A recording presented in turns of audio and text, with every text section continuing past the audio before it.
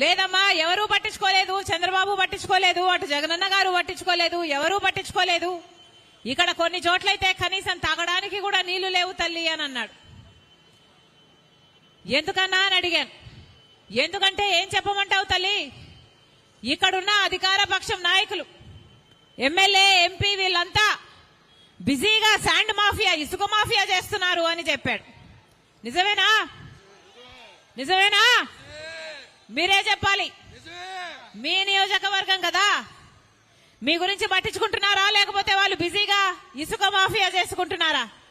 కనీసము canals modernisation కాదమ్మా, కట్టలు కట్టడం కాదు కదా, ఉన్న కట్టలు కూడా కూలగొట్టి ఆ ఇసుకను కూడా అమ్ముకుంటున్నారు అని చెప్పాడు. నిజమేనా? ఇది ఎక్కడ పరిస్థితి అన్నా అని అడిగాను.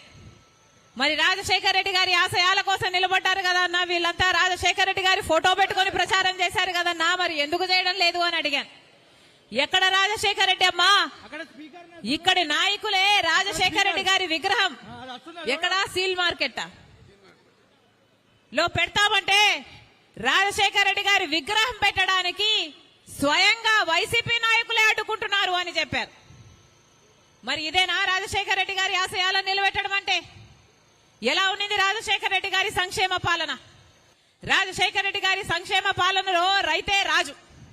రాజశేఖర రెడ్డి గారి సంక్షేమ పాలనలో వ్యవసాయం పండుగ.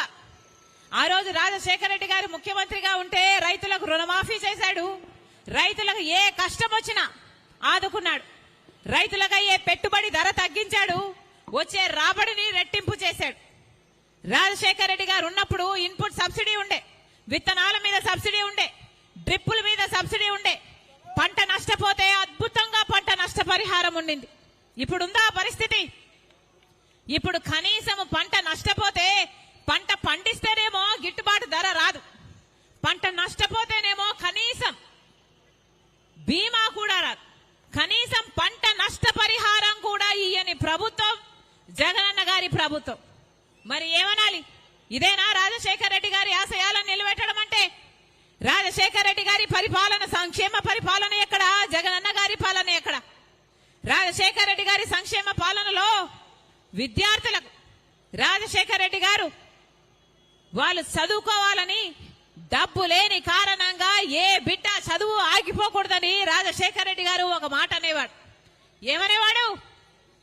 మీరు ఏది కావాలంటే అది చదువుకోండి, మీరు డాక్టర్ అవుతారా, మీరు ఇంజనీర్ అవుతారా, మీరు ఎంబీఏ చేస్తారా, మీరు ఎంసీఏ చేస్తారా, మీరు ఏది కావాలంటే అది చదువుకోండి, ప్రభుత్వమే ఉచితంగా చదివిస్తుంది అన్నాడు రాజశేఖర రెడ్డి గారు.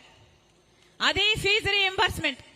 రాజశేఖర రెడ్డి గారు ఉన్నప్పుడు ఎంతమంది పేద బిడ్డలు డాక్టర్లు, ఇంజనీర్లు, ఎంబీఏలు, ఎంసీఏలు లక్షణంగా చదువుకున్నారు. ఈ రోజు లక్షణంగా ఉద్యోగాలు చేసుకుంటున్నారు.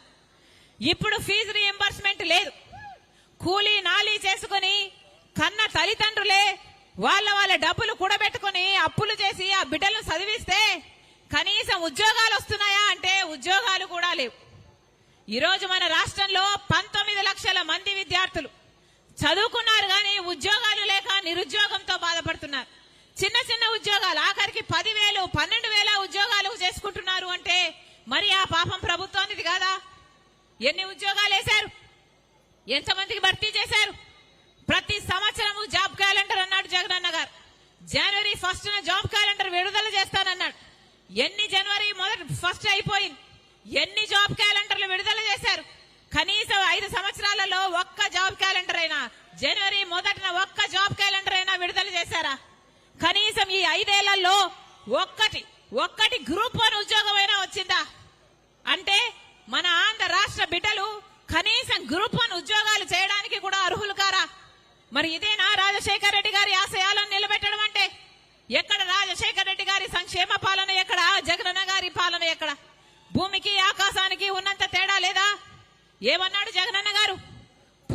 పూర్తి మద్యపాన నిషేధం చేస్తానన్నాడు జగనన్న గారు.